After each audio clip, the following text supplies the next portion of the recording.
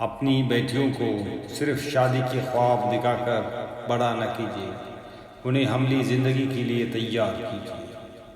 کیا پتہ شادی ہو یا نہ، کوئی مناسب انسان ملے یا نہ ملے، یا جس سے شادی ہو جائے وہ بندہ اچھا شوہر ثابت نہ ہو، خدا نخواستہ طلاق ہو جائے، شوہر کا انتقال ہو جائے۔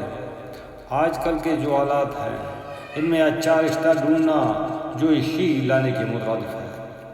پھر اگر شادی ہو بھی جائے تو ان کے مزاج ملے یا نہ ملے، نبھے یا نہ نبھے، اپنی بچوں کو مالی، معاشرتی اور گربستی ہر لحاظ سے اپنے پیروں پر کھڑا ہونا سکھائے۔ کتنی ہی شادی شدہ بچیاں ہیں جو بے بسی اور مجبوری کی زندگی گزار رہی ہیں۔